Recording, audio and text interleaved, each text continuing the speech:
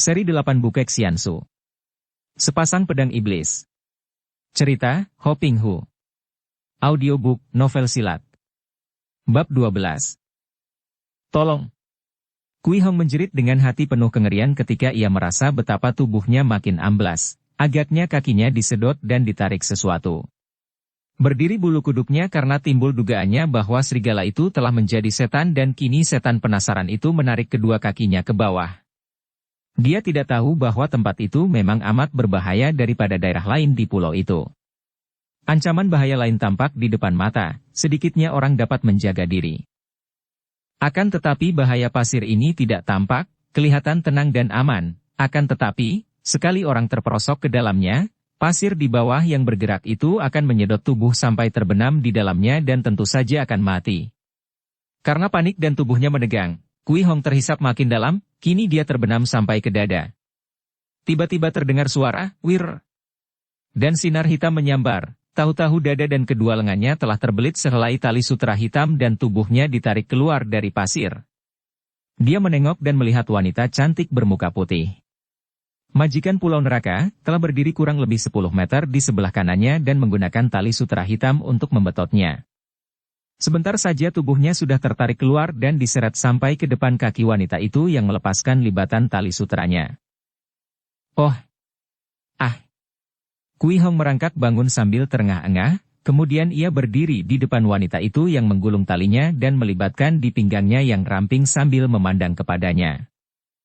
Aku mengerti sekarang. Kui Hong berkata marah. Kiranya engkau tidak sebaik yang kuduga. Engkau sengaja membebaskan aku karena yakin bahwa aku tidak akan dapat pergi dari pulau setan ini. Engkau sengaja mempermainkan aku. Sudah puaskah engkau sekarang? Jangankan engkau, biar gurumu sekalipun belum tentu dapat memasuki dan keluar dari pulau ini. Aku membebaskan engkau karena tahu bahwa lari dari sini tidak mungkin. Masih banyak lagi bahaya-bahaya yang lebih hebat daripada yang kau lihat tadi. Ada rawa-rawa yang mengeluarkan uap beracun, binatang-binatang sebesar harimau sampai sekecil semut yang gigitannya mengandung bisa maut, tanah-tanah yang dapat merekah dan mengubur manusia hidup-hidup. Ini adalah pulau neraka, tahu? Kau kutahan di sini untuk melihat apakah gurumu akan mampu merampasmu kembali. Kui Hong bergidik, kemudian berkurang kemarahannya terhadap wanita itu. Dalam dunia Kangou, tidaklah aneh kalau seorang tokoh menggunakan siasat memancing datangnya lawan dengan penculikan seperti yang dilakukan atas dirinya. Betapapun juga, ia harus mengaku bahwa dia tidak menerima perlakuan yang tidak baik. Sungguh mengherankan. Kalau pulau neraka ini begini berbahaya, melebihi gambaran neraka sendiri, mengapa kalian suka menjadi penghuni di sini? Tanyanya sambil memandang wajah jelita yang berwarna putih itu, diam-diam menduga-duga apakah warna pada muka mereka itu disebabkan oleh keadaan pulau yang amat mengerikan ini. Engkau takkan mengerti. Marilah kita pulang. Engkau tentulah dan amat lapar bukan? Kui Hong mengerutkan keningnya. Lelah dan lapar tidak penting. Yang penting, kapan engkau hendak membebaskan aku dari pulau jahanam ini? Engkau anak baik, berani dan patut menjadi murid pendekar siluman. Pendekar super sakti. Kui Hong memotong. Wanita aneh itu tersenyum. Baiklah pendekar super sakti. Kapan engkau bebas, tergantung dari gurumu. Kalau dia tidak berhasil merampasmu kembali, aku akan senang sekali kalau engkau menjadi muridku, menjadi teman putraku. Aku tidak sudi. Terutama sekali tidak sudi menjadi teman anakmu yang kurang ajar itu. Sejenak wanita itu mengerutkan alisnya dan sepasang mata yang lebar itu mengeluarkan sinar berapi, akan tetapi tidak lama ia dapat menguasai kemarahannya dan berkata. Dia nakal dan manja, akan tetapi tidak kurang ajar. Marilah. Kui Hong merasa kecewa bahwa dia tidak berhasil membikin marah wanita aneh ini dan tanpa menjawab ia lalu mengikuti wanita itu pergi dari situ. Sungguh amat mengherankan. Wanita itu mengambil jalan membelak-belok tidak karuan, akan tetapi sebentar saja mereka sudah tiba di depan gedung besar seperti istana yang temboknya bercat hitam itu. Anak laki-laki bernama Kang In itu datang berlari-lari menyambut mereka dan begitu melihat Kui Hong, ia tertawa dan mengejek. Aha, engkau datang lagi. Tadinya kusangka engkau akan dapat keluar dari pulau ini. Kang In, mulai sekarang engkau tidak boleh bersikap kurang ajar dan mengganggu Kui Hong. Dia tawanan kita, akan tetapi juga tamu terhormat. Kau ajak dia bermain-main dengan baik, akan tetapi tidak boleh kau ganggu. Kalau sampai engkau mengganggunya dan dia menghajarmu, aku tidak akan membelamu. Wanita itu berkata dan Kang In membelalakan mata memandang ibunya seperti orang kaget dan heran karena selamanya ibunya tidak pernah menegurnya dengan kata-kata keras, kemudian wajahnya menjadi muram dan kecewa, mulutnya merengut, akan tetapi dia mengangguk dan bibirnya menjawab lirih. Baik, Ibu. Di dalam hatinya, diam-diam Kui Hong merasa puas. Rasakan kau sekarang, pikirnya. Akan tetapi karena dia merasa tidak enak hati terhadap wanita itu, dia diam saja dan tidak membantah ketika diajak makan. Melihat keadaan di pulau yang menyeramkan itu, Kui Hong tadinya tidak mengharapkan makanan yang baik. Akan tetapi betapa heran dia dan juga girang hatinya ketika menghadapi meja, dia melihat hidangan yang serba lezat dan mahal. Baru masakan ikan udang dan kepiting serta penghuni laut lainnya saja sudah ada belasan macam, belum daging binatang darat dan sayur-mayur yang serba lengkap. Benar-benar seperti hidangan dalam istana raja.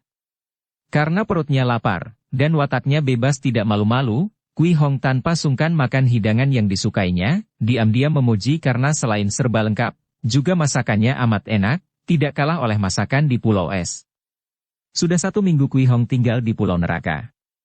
Dia mendapat perlakuan yang baik, mendapat kamar di sebelah kiri, kamar ketuanya sendiri dengan pintu tembusan. Kang In tinggal di kamar sebelah kanan. Agaknya ketua Pulau Neraka itu hendak mengawasi sendiri kepada Kui Hong, siap untuk mempertahankan apabila Sumahan datang. Namun Kui Hong mendapat kebebasan penuh, hanya kemana dia pergi, perlu ada yang diam-diam mengawasinya, terutama tokoh-tokoh muka kuning yang kedudukannya sudah tinggi. Mentaati perintah ibunya, kini Kang In tidak lagi suka mengganggunya, bahkan setelah kenal, anak laki-laki ini merupakan teman yang cukup menyenangkan. Otaknya cerdas sekali dan Kui Hong mendapat banyak keterangan mengenai pulau mengerikan itu dari Kang In. Di pulau itu terdapat sekawanan burung Raja Wali yang dijinakan, jumlahnya ada 9 ekor. Burung-burung itu dilatih sedemikian rupa sehingga hanya mentaati perintah wanita majikan pulau, putranya, dan 4 orang tokoh muka kuning saja. Terhadap perintah lain orang, burung-burung ini tidak peduli, apalagi terhadap perintah Kui Hong yang mereka anggap sebagai musuh. Maka lenyaplah harapan Kui Hong untuk dapat melarikan diri dengan bantuan seekor di antara burung-burung itu. Demikian terlatih burung-burung itu sehingga mereka tidak mau menerima makanan yang diberikan Kui Hong. Pulau itu berpenghuni kurang lebih 50 orang. Selain Kang In, ada pula belasan orang anak-anak laki perempuan, akan tetapi karena mereka itu adalah anak-anak dari para anak buah pulau, tentu saja mereka takut mendekati Kang In yang di situ seolah-olah menjadi semacam pangeran. Betapapun juga, ada beberapa orang di antara mereka yang menjadi teman Kang In dan kini sudah berkenalan pula dengan Kui Hong. Semua orang di sini mengecat mukanya, mengapa engkau dan anak-anak itu tidak? Pada suatu hari Kui Hong bertanya kepada Kang In. Mengecat muka? Ah, betapa bodoh anggapan itu. Warna-warna pada muka penghuni Pulau Neraka menjadi tanda akan kedudukan mereka, karena warna itu timbul setelah sinkang mereka meningkat tinggi. Makin terang warnanya, makin tinggi ilmu kepandaian dan kedudukan mereka. Ah, kalau begitu, ibumu yang mempunyai warna putih merupakan orang yang paling pandai. Tentu saja. Tidak ada yang dapat menandingi ibu. Kemudian menyusul para tokoh bermuka kuning dan merah muda, hijau pupus dan selanjutnya, makin gelap warna mukanya, makin rendah kedudukannya. Yang tinggal di pulau ini adalah anggota yang sudah memiliki kepandaian, sudah melatih ilmu sinkang yang khas sehingga ada warna timbul di mukanya. Masih ada puluhan anggota paling rendah yang belum berhasil memiliki sinkang sehingga mukanya berwarna, dan mereka itu belum boleh tinggal di pulau, melainkan di sekitar Pulau Neraka, yaitu di pulau-pulau kecil dan sewaktu-waktu kalau tenaga mereka dibutuhkan, baru mereka dipanggil. Yang berhasil, mula-mula mukanya hitam, lalu merah dan selanjutnya, jangan kau memandang rendah. Warna-warna itu menandakan bahwa kami telah memiliki sinkang khas Pulau Neraka yang amat lihai. Dan engkau sendiri mengapa belum memiliki warna pada mukamu? Kang In mengerutkan alisnya. Sebelum berusia 15 tahun, anak-anak tidak boleh mempelajari sinkang itu, bisa membahayakan nyawanya. Sinkang itu dilatih dengan minum racun-racun dahsyat setiap hari. Tentu saja anak-anak dari mereka yang sudah berwarna mukanya boleh tinggal di sini. Kui Hong teringat akan segala macam binatang dan tumbuhan beracun di pulau ini dan dia bergidik. Ia maklum bahwa memang penghuni pulau neraka memiliki ilmu kepandaian tinggi dan mendengar cara berlatih sinkang sambil minum racun itu, dia dapat membayangkan betapa hebat ilmu mereka. Akan tetapi dia masih merasa yakin bahwa gurunya akan mampu menandingi mereka semua, bahkan si wanita muka putih Ibu Kang In. Kenapa begitu jahat, memaksa orang-orang di gunung mengumpulkan obat-obat setiap bulan? Kau tahu juga? Bun Beng bertanya. Tentu saja, kalau tidak masa aku menyerangmu. Aku telah menyelidiki secara diam-diam di punggung Garudaku dan menyaksikan kesibukan mereka, melihat pula betapa di antara mereka ada yang membunuh diri karena tidak dapat mengumpulkan akar dan daun obat secukupnya. Mengapa kau begitu jahat? Itu adalah perintah ibuku. Mereka itu terlalu sombong, tidak mau mengalah bahkan melukai anggota kami yang mencari obat. Kami amat membutuhkan akar-akar dan daun-daun obat itu. Engkau melihat sendiri keadaan di pulau ini. Banyak racun yang berbahaya mengancam kami, bahkan hawa yang kami hisap setiap saat telah keracunan. Tanpa obat-obat yang tepat untuk memusnahkan racun, bagaimana kami bisa hidup? Kui Hong mengangguk-angguk. Kini dia mengerti dan tidak bisa menyalahkan mereka. Gadis cilik yang hidup di pulau es ini pun mengerti akan kebenaran yang dipergunakan sebagai hak yang lebih kuat untuk hidup kalau perlu dengan menekan atau membunuh yang lemah. Hukum rimba berlaku di tempat-tempat yang berbahaya di mana makhluk harus menjaga diri sendiri dari bahaya-bahaya yang mengancam dan di mana satu-satunya yang dibutuhkan hanya kekuatan dan kemenangan. Keadaan seperti itu memaksa manusia mengandalkan kekuatan untuk hidup dan hal ini menjadi kebiasaan membentuk watak orang-orang Kang Ou yang tidak suka akan segala macam aturan. Ketika Sumahan meloncat turun dari burung garudanya di depan istana Pulau Es, 3 orang pembantu utamanya yang menyambutnya memandang dengan penuh perhatian. Terutama sekali Poa Chiok Lin yang menjadi kepala pengurus bagian dalam, seorang wanita muda yang cantik jelita, memandang wajah Sumahan dengan mengerutkan alisnya yang hitam kecil dan panjang. Dia melihat sesuatu pada wajah yang menjadi pujaan hatinya. Dia tahu bahwa pendekar yang dikaguminya itu menderita tekanan batin yang hebat sekali. Biarpun pendekar itu dapat menutupinya dengan hati sehingga tidak tampak sedikit pun ketegangan urat syarafnya, namun wajah yang tampan itu terselubung kemurungan yang amat mendalam. Yap Sun, wakil bagian luar Pulau Es yang bertubuh gemuk berusia 50 tahun itu pun mengerti bahwa majikannya sedang berduka, demikian pula Tung Es Ikalun, sutenya yang kurus. Namun pandangan mereka tidak setajam Poa Chiok Lin yang lebih menggunakan perasaan hatinya. Kami mohon maaf kepada Tucu bahwa kami tidak berhasil mencari Xiao Chia. Apakah Tucu juga tidak berhasil? Yap Sun melapor dan sekaligus bertanya sungguh pun dia sudah menduga bahwa kemurungan wajah majikannya itu tentu karena Kui Hong tak berhasil ditemukan. Sumahan menggelengkan kepalanya dan diam-diam ia terkejut melihat pandang mata Poa Chiok Lin yang tajam menyelidik. Tentu wajahnya telah membayangkan perasaan hatinya yang terhimpit, pikirnya. Bocah itu benar-benar membikin repot banyak orang. Aku tidak berhasil menemukannya, Paman Yap. Sampai jauh aku menjelajah tanpa hasil. Biarlah kita menunggu saja di pulau, kalau dia sudah bosan merantau tentu akan pulang juga. Sambil berkata demikian, Sumahan lalu melangkah masuk ke dalam istana Pulau Es yang kuno namun kini bersih itu, diikuti oleh Poa Chiok Lin yang sejak tadi hanya menyambut kedatangan Sumahan dengan pandang matanya yang bening. Kusediakan makan, Tai Hiap. Sumahan menggeleng. Aku tidak lapar. Ingin beristirahat? Kamar Tai Hiap sudah kusuruh bersihkan setiap hari. Atau perlu disediakan minum? Minum apakah? Tidak usah repot Chiok Lin dan terima kasih atas kebaikanmu. Aku hanya ingin menyendiri. Sumahan menjatuhkan diri di atas sebuah kursi dan menyandarkan tongkatnya di meja. Chiok Lin tetap berdiri memandang, kedua tangan tergantung seperti orang lemas, wajahnya penuh kekhawatiran. Karena sampai lama wanita itu masih berdiri tanpa bergerak, Sumahan mengangkat muka memandang. 2 pasang mata bertemu dan Sumahan menunduk kembali. Chiok Lin, maaf. Kau tinggalkan aku ingin menyendiri, katanya. Gadis yang usianya sebaya, hanya lebih muda setahun dari majikan Pulau Es itu, menahan napas menekan hati yang perih. Baiklah, Tai Hiap. Ia membalikkan tubuh dan melangkah pergi dengan muka menunduk. Chiok Lin. Sumahan menyadari akan sikapnya. Dia tahu betapa pembantunya ini selain amat setia, juga memujanya seperti dewa, bahkan kadang-kadang ada sinar mata memancar keluar dari sepasang mata yang membuat dia khawatir karena sinar mata itu jelas membayangkan sinar kasih sayang amat mendalam. Ia menyesal telah bersikap sedingin itu setelah orang menyambutnya demikian ramah dan penuh perhatian. Dengan gerakan cepat, gadis itu memutar tubuh. Ada apakah, Tai Hiap? Sumahan tersenyum minta maaf, dan mulutnya terkata.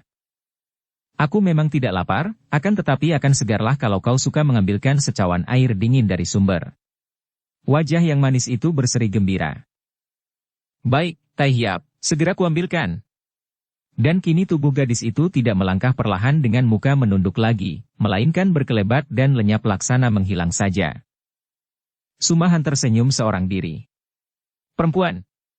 Sungguh lebih mudah mengukur dalamnya lautan daripada mengukur dalamnya hati perempuan. Semenjak kecil ia hidup bersama Lulu adiknya, mengira bahwa dia sudah mengenal adik angkatnya itu lahir batin. Siapa kira kenyataan menunjukkan bahwa dia sama sekali tidak mengenal isi hatinya sehingga segala jerih payah yang ia lakukan untuk adik angkatnya itu malah berakibat sebaliknya seperti yang ia harapkan.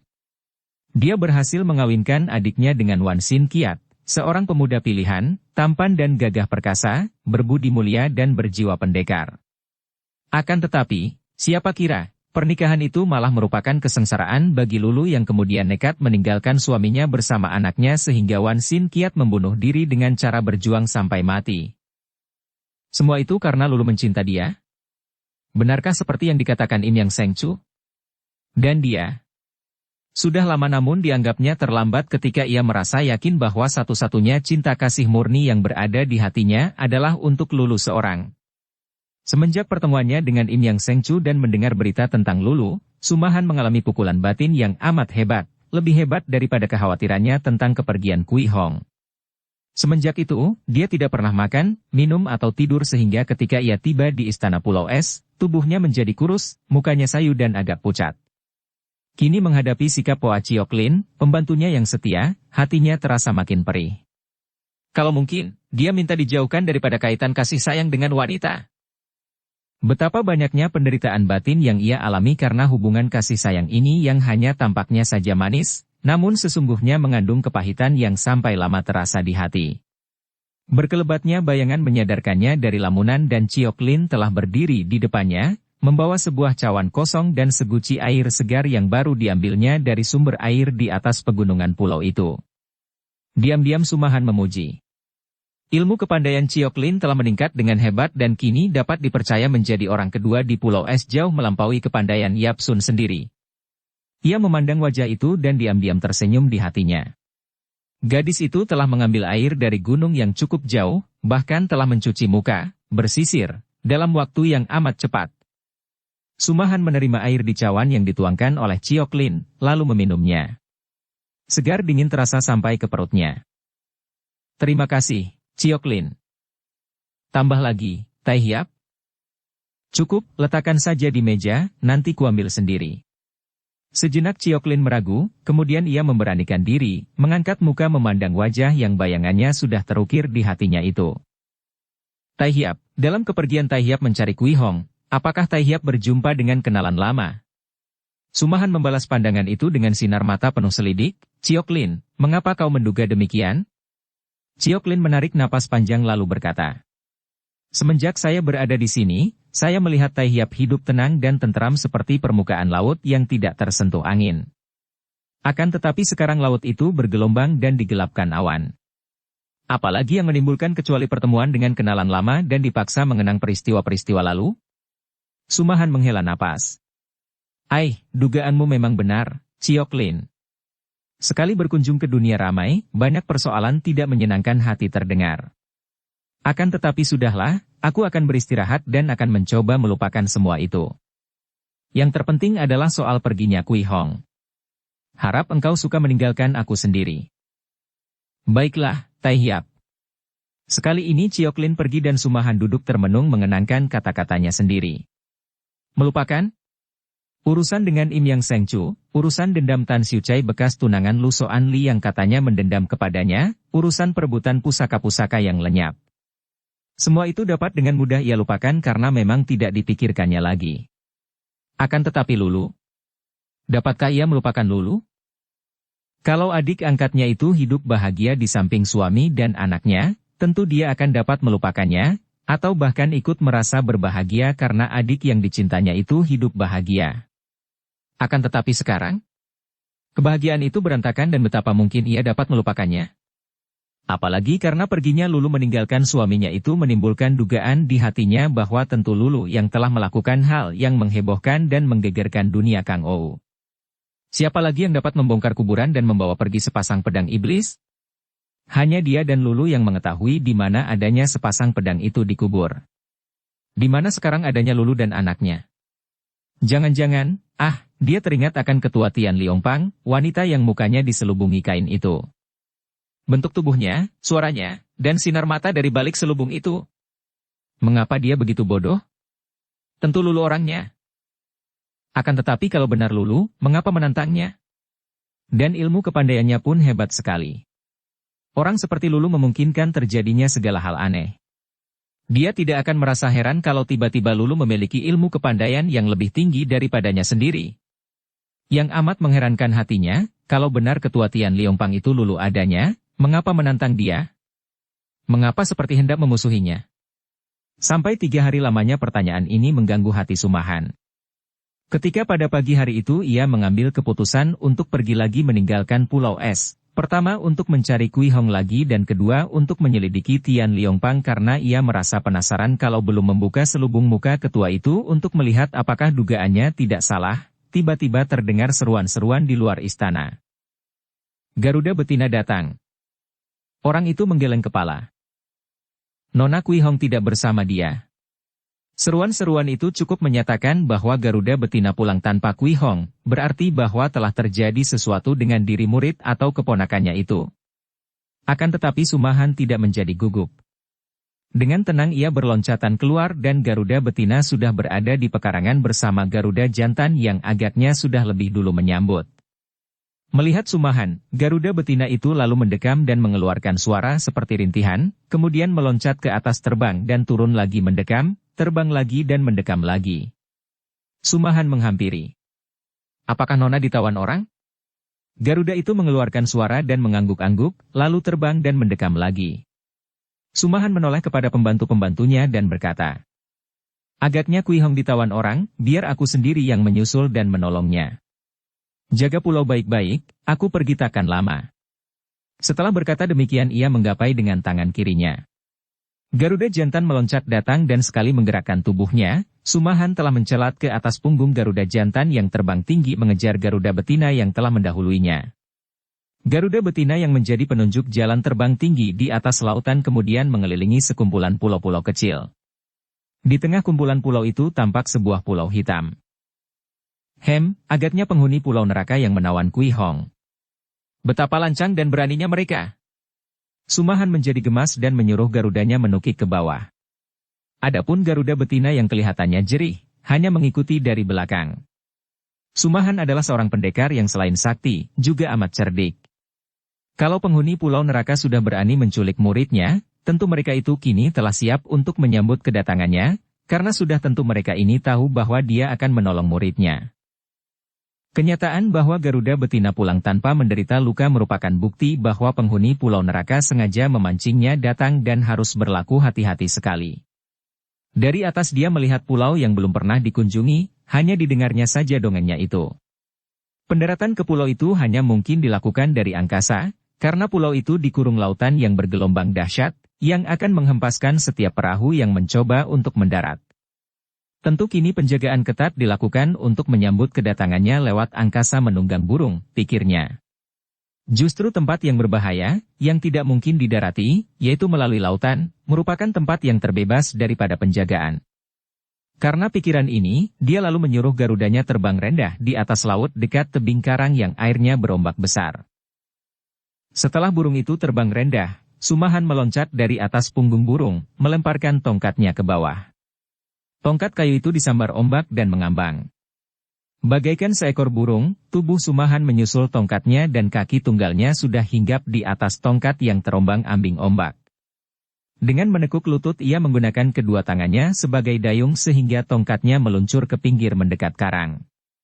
Pada saat itu, ombak dari belakangnya mendorong pula sehingga tubuhnya meluncur ke depan, ke arah tebing batu karang yang agaknya akan menerima dan menghancurkan tubuh pendekar super sakti ini. Namun Sumahan telah memperhitungkan dan ia sudah mendahului meloncat dengan ilmunya Soan Hong Lui Kun sambil menyambar tongkatnya. Ketika tubuhnya meluncur dekat tebing karang, tongkatnya menotok ke depan, ke arah batu karang dan menggunakan tenaganya untuk mencelat ke atas, menotok lagi dan meloncat lagi sehingga dengan 5 kali loncatan ia telah dapat sampai di puncak tebing dengan selamat. Ia menoleh dan melihat bahwa 2 ekor burung Garuda peliharaannya itu telah hinggap dengan selamat di sebuah batu karang yang menonjol, tidak tampak dari darat. Ia girang akan kecerdikan 2 ekor burung itu yang mengerti akan siasatnya yang menyuruh mereka bersembunyi dan menanti isyaratnya. Dari atas tebing yang tinggi ini, pendekar super sakti memeriksa keadaan pulau. Benar-benar tempat yang berbahaya, pikirnya. Berbahaya dan teratur oleh tangan ahli karena keadaannya mencurigakan sekali. Dari tempat dia mendarat, kalau hendak memasuki pulau harus melalui hutan-hutan yang gelap dan pohon-pohonnya diatur mencurigakan, seperti lorong menyesatkan dan banyak bagian yang serupa sehingga memasuki hutan itu tentu akan membingungkan orang dan akan menyesatkan. Pula, mungkin di dalam hutan itu bersembunyi binatang-binatang jahat yang berbisa. Dari sebelah kiri melewati daerah yang seperti rawa, amat luas dan penuh alang-alang tinggi. Daerah itu amat berbahaya karena melalui rawa yang tertutup oleh alang-alang orang tak mampu menjaga diri sebaiknya, apalagi kalau sampai terjeblos ke dalam lumpur dan diserang banyak binatang buas.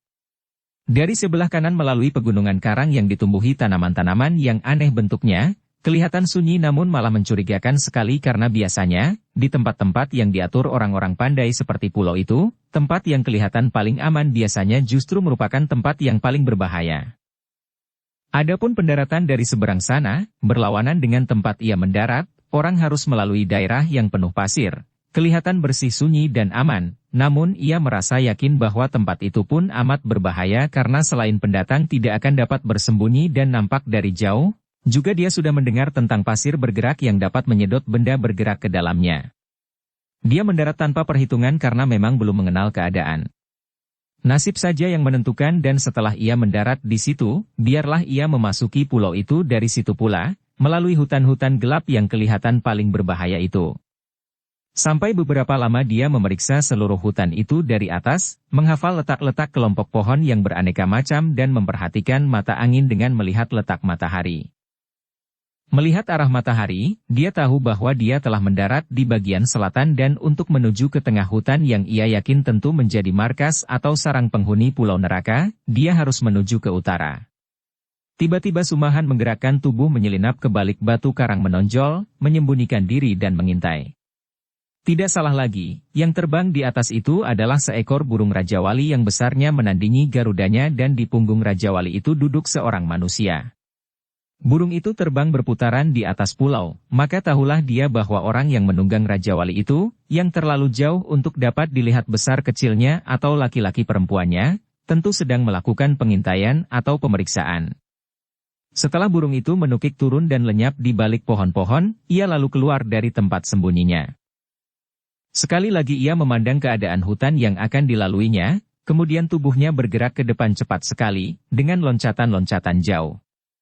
Akan tetapi, dalam kecepatannya yang luar biasa, Sumahan selalu tetap waspada dan hati-hati karena dia maklum betapa berbahaya daerah yang tak dikenalnya itu. Dia kini sudah memasuki hutan yang gelap. Bagian atas hutan itu tertutup rapat oleh daun-daun lebat sehingga sukar untuk melihat di mana adanya matahari. Namun, dari sinar matahari yang menerobos ke bawah ia dapat memperhitungkan dan dia terus maju menuju ke arah utara. Dia tidak mau membelok melainkan lurus bergerak ke depan. Kalau keadaan sedemikian gelapnya dan ia merasa kehilangan arah, Sumahan mencelat ke atas pohon besar dan melihat letak matahari, lalu turun lagi dan melanjutkan perjalanannya. Tiba-tiba ia berhenti bergerak. Ular, bisiknya dan ia sudah siap. Penciumannya yang tajam dapat menangkap bau amis ular-ular itu, juga pendengarannya dapat menangkap suara mendesis-desis dari depan.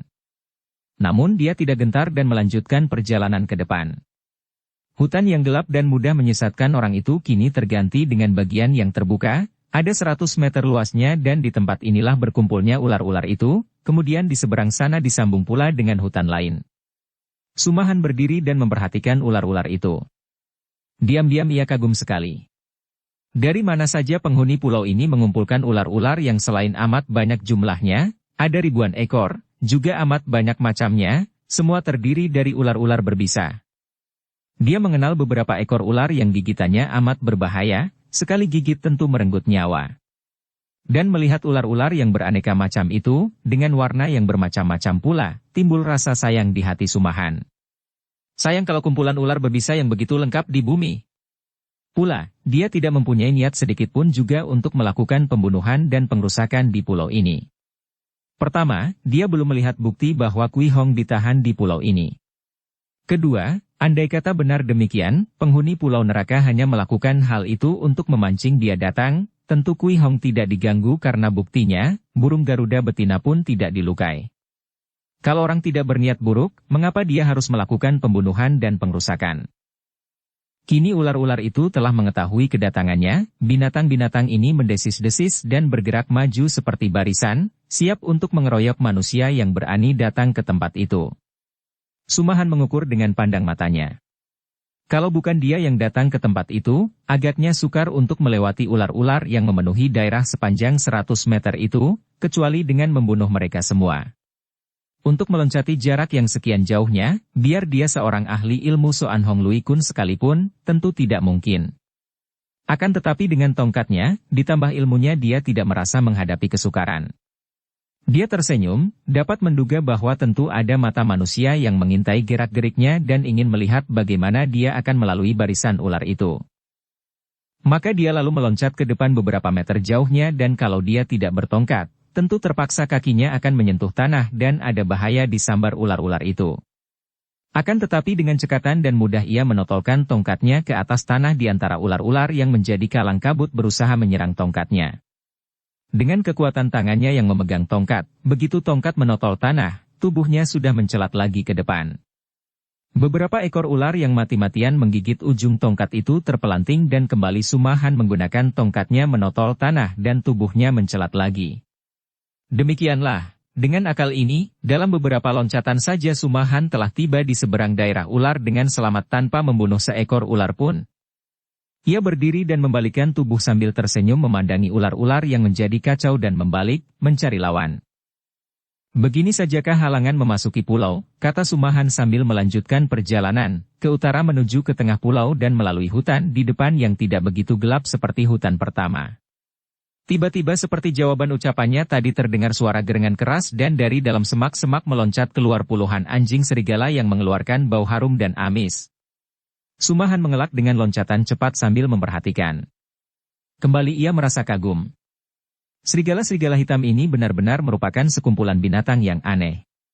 Bulunya hitam mengkilap dan indah, moncongnya panjang dan mengingat akan bau yang keluar dari moncong mereka, menandakan bahwa binatang buas ini pun berbisa.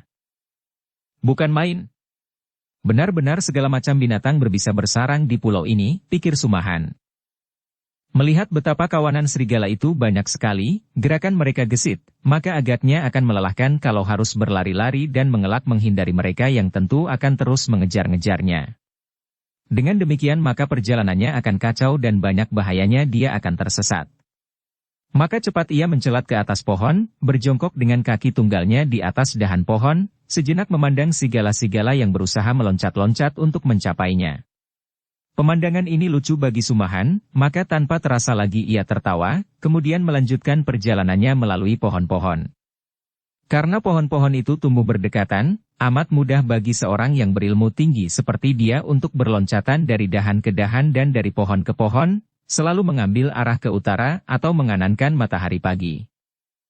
Akan tetapi baru saja terbebas dari serangan gerombolan serigala hitam, datanglah serombongan lebah hitam yang terbang berbondong-bondong dan mengeroyoknya. Sumahan terkejut, dapat menduga bahwa sengatan lebah ini pun tentu berbisa. Dia memutar lengan kiri, sehingga timbul angin yang digerakkan hawa sinkangnya sehingga lebah-lebah yang mendekatinya terbawa hanyut oleh angin itu. Akan tetapi karena dahan-dahan, ranting-ranting dan daun-daun menghalanginya, dia tidak dapat bergerak dengan leluasa. Melawan gerombolan lebah di pohon amatlah berbahaya, Kalau meloncat turun, gerombolan serigala hitam tentu akan menerkamnya. Maka Sumahan cepat meloncat dengan pengerahan ilmu Soan Hong Lui Kun. Karena dia meloncat-loncat dengan selalu dikejar lebah-lebah yang terbang cepat, tentu saja dia tidak dapat memperhatikan arah lagi dan dia hanya berloncatan cepat dengan niat keluar dari hutan dan mencari tempat terbuka di mana dia akan dapat menghalau lebah-lebah itu dengan mudah.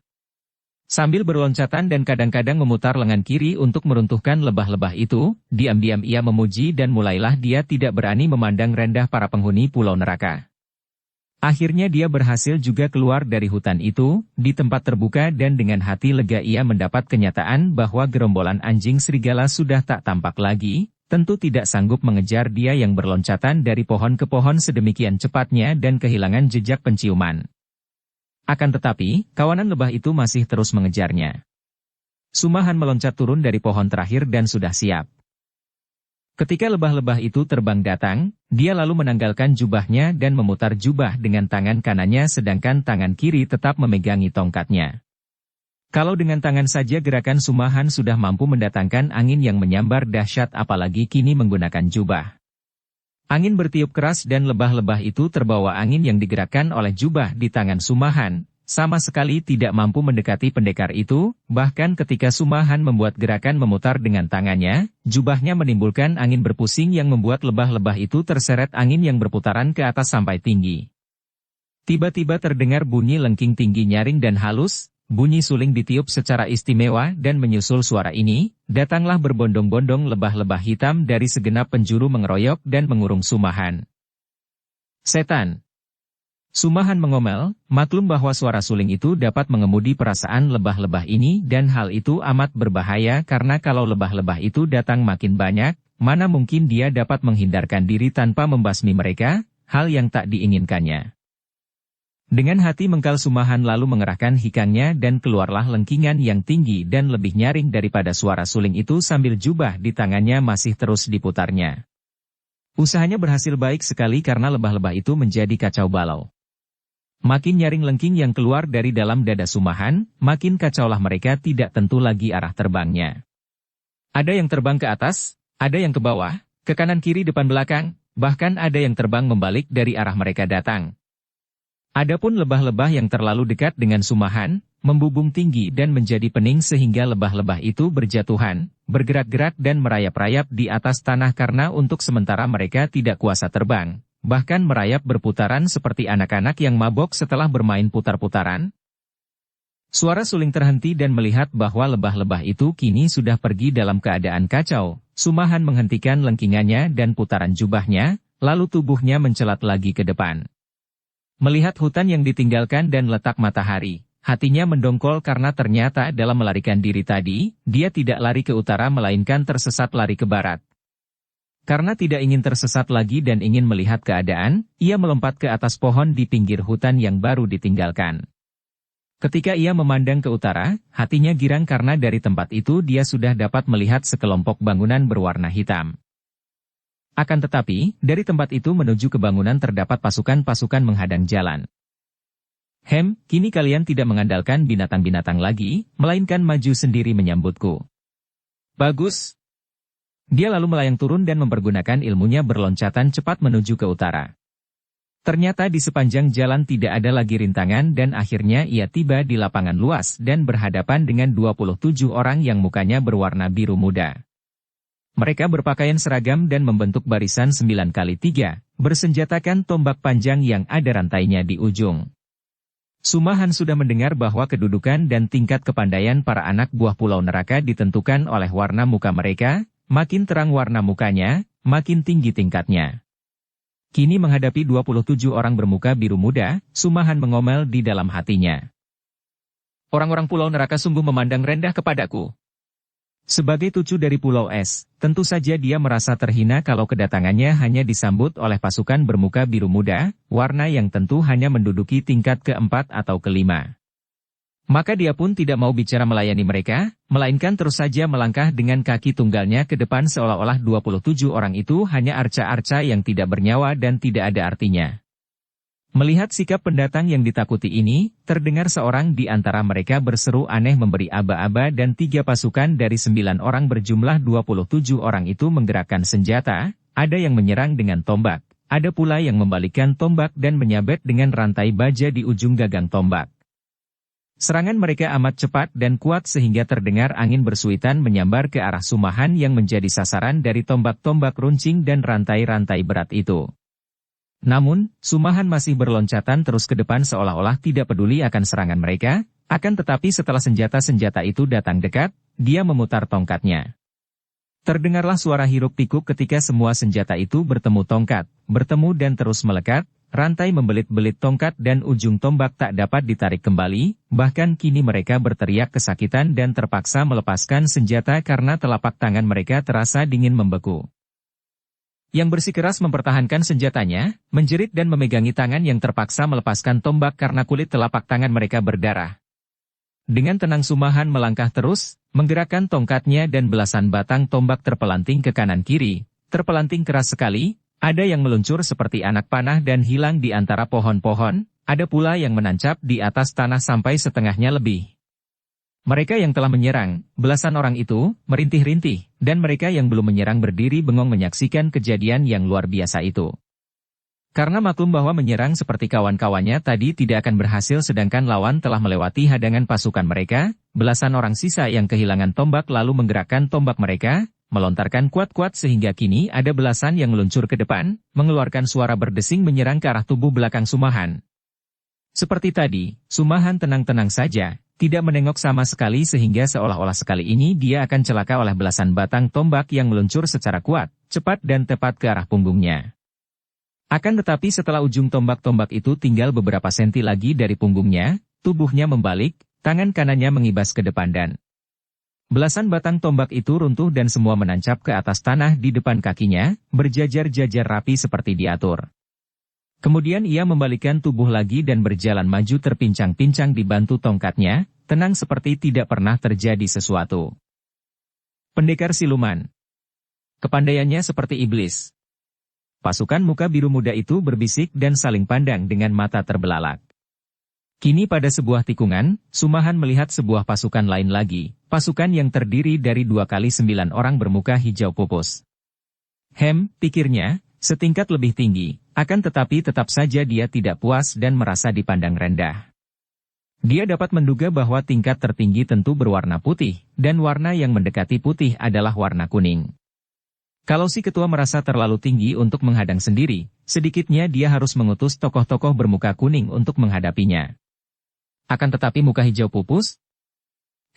Kalian terlalu memandang rendah tujuh pulau es, padahal orang-orang pulau neraka dahulunya hanyalah orang-orang buangan dari pulau es. Hai! Berhenti! Apakah yang datang ini pendekar siluman dari Pulau Es? Seorang di antara mereka bertanya. Akan tetapi, seperti juga tadi, Sumahan tidak mau melayani mereka bicara melainkan melangkah maju terpincang-pincang ke depan, tidak mempedulikan 18 orang yang bersenjata masing-masing sebatang golok besar itu, sedangkan tangan kiri mereka siap mendekati kantung di pinggang yang ia duga tentu berisi senjata rahasia berbisa. Melihat sikap Sumahan, 18 orang itu lalu membuka barisan dan mengurung. Akan tetapi sikap tidak peduli dari pendekar super sakti itu membuat mereka hati-hati sekali sehingga kurungan itu mengikuti gerakan Sumahan yang melangkah maju. Tiba-tiba seorang di antara mereka berseru keras dan terdengar goloknya berdesing menyambar, diikuti oleh golok-golok lain yang menyambar secara berturut-turut. Kepandaian mereka ini sedikitnya 3 kali lipat daripada tingkat pasukan pertama yang bermuka biru muda tadi, pikir Sumahan. Ketika semua golok menyerangnya, tiba-tiba tubuhnya mencelat ke atas sedemikian cepatnya sehingga 18 orang yang tiba-tiba kehilangan lawan itu mengira dia pandai menghilang. Akan tetapi mereka segera melihat ke atas dan 18 buah tangan kiri bergerak. Ciat-ciat-ciat. Belasan batang pisau hitam mencuat gemerlapan melayang ke arah seluruh bagian tubuh Sumahan. Terang-cering-cering terang. Semua pisau itu terpental dan melayang jauh ke segenap penjuru karena ditangkis oleh segulung sinar dari tongkat yang diputar sedangkan tubuh Sumahan sudah melayang turun lagi. 18 orang itu kembali menerjang, sinar golok mereka berkeredepan menyilaukan mata. Sumahan memutar tongkatnya sambil mengerahkan tenaga. Terdengar suara hiruk-pikuk dan setelah suara itu lenyap, 18 orang itu berdiri bengong memandangi gagang golok di tangan yang sudah tidak ada goloknya lagi karena senjata mereka telah patah semua. Ketika mereka memandang ke depan, mereka melihat pendekar kaki buntung itu sudah berloncatan ke depan. Mereka tidak berani mengejar karena selain mereka maklum bahwa mereka tidak akan mampu mengalahkan pendekar itu, juga di depan terdapat pasukan penjaga lain yang lebih tinggi tingkatnya. Kini Sumahan melihat pasukan terdiri dari 9 orang yang bermuka merah muda, yaitu 3 wanita dan 6 pria, masing-masing memegang senjata siang kiam, sepasang pedang. Bersambung ke bab 13. Dukung kami dengan subscribe, follow, like, komen dan share. Terima kasih.